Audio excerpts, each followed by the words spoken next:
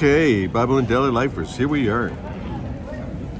We are continuing Bible, the whole Bible, and nothing but the Bible. And we are in the book of Judges. We're going to do a little overview of the book of Judges. What we've been doing is going through the Bible. We've been giving the sections and going over them, what's happening in those particular sections, reviewing the history, putting everything in its place, and doing an overview of the book, and then pointing out the particular things that are important about that book, maybe the important characters, the important places, the important things that happen. So we are in the book of Judges, which is the historical books, the first five books of the Bible. Genesis, Exodus, Leviticus, Numbers, Deuteronomy, known as the Law, the Torah, the Law of Moses. Now we are into the history books. There's 12 of them. We're into the second one. The first one was Joshua, and now we're into Judges. So it continues from Joshua, moving into the land, taking the land with the people. After 40 years of wandering in the wilderness, it was an 11-day journey, so they could have made it in a couple of weeks, but it took them 40 years. Most of those who were the original ones who came out are not the ones who are now going in, so it's a whole new group. Joshua brings them in. Joshua is the leader that brings them in. But there's an important thing that we need to point out in the book of Judges, and that's that God, with the children of Israel, has always wanted to be their leader. He has been the one who is going to be their king. So they have no king. They had Joshua who was leading them, but he wasn't their king. He was just a military leader that was helping them to take the land. So now that they're in the land, they still have no king, and their king is supposed to be God, and God has given them the rules of the kingdom, gave it to them on Mount Sinai, and the commandments, and the other rules, the other 614 that he gives to them. So they're in the land, and this is where we pick up. Joshua had brought them in. Now Joshua dies in the last section of Joshua, and it says this in the beginning of the book of Judges. Now, after the death of Joshua, it came to pass that the children of Israel asked the Lord, "Who shall be the first to go up for us against the Canaanites and fight against them?" And the Lord said, "Judah shall go. Indeed, I have delivered the land into his hand." So Judah said to Simeon, his brother, "Come up with me now to my allotted territory, that we may fight the Canaanites, and I will likewise go with you to your allotted territory." And Simeon went with him. So they're going to continue to conquer the land. They're going to continue to take the place that God had given them. And Judah is now going to go up in the place of... This is your scheduled gate. The sign was correct a few minutes ago. We're going to work on in the place of Joshua. Once again to reflect your flight 1887 to Nassau. And Judah is going to get his brother Simeon. Now there's an interesting thing here, because there's the 12 tribes of Israel, and when they go into the land and it's divided up and Joshua is giving them the allotted parts, there's 12 tribes and they each have their allotted part. And so they're to live in that area, live in that region, have that. But when there's war, they help each other. So that's what's going on here. There's 12 tribes, one nation.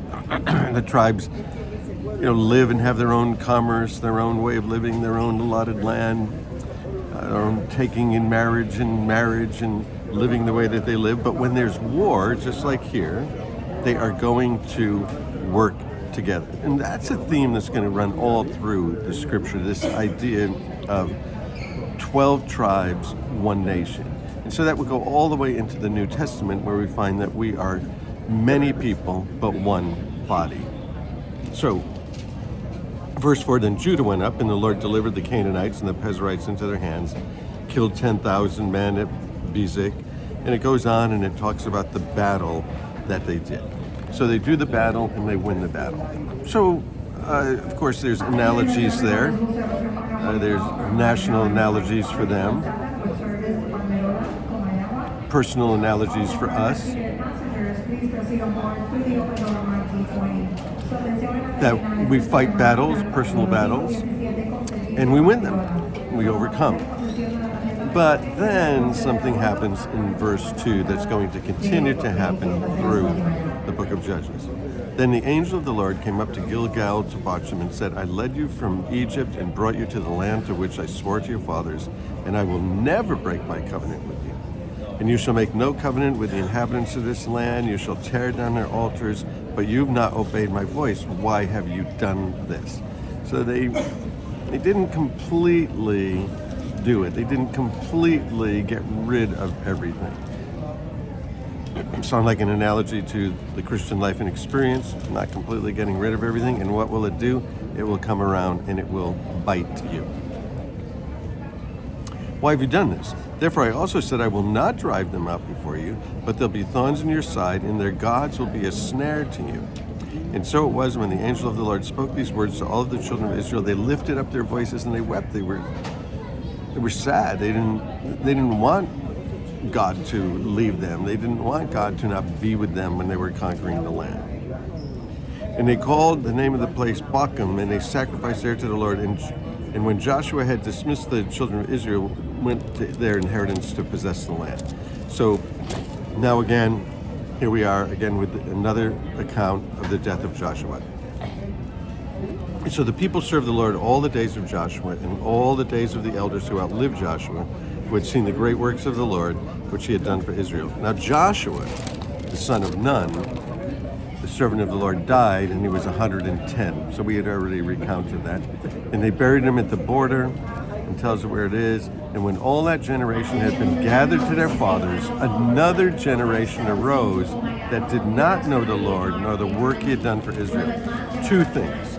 They didn't know the Lord, and they didn't know the works that he had done for Israel.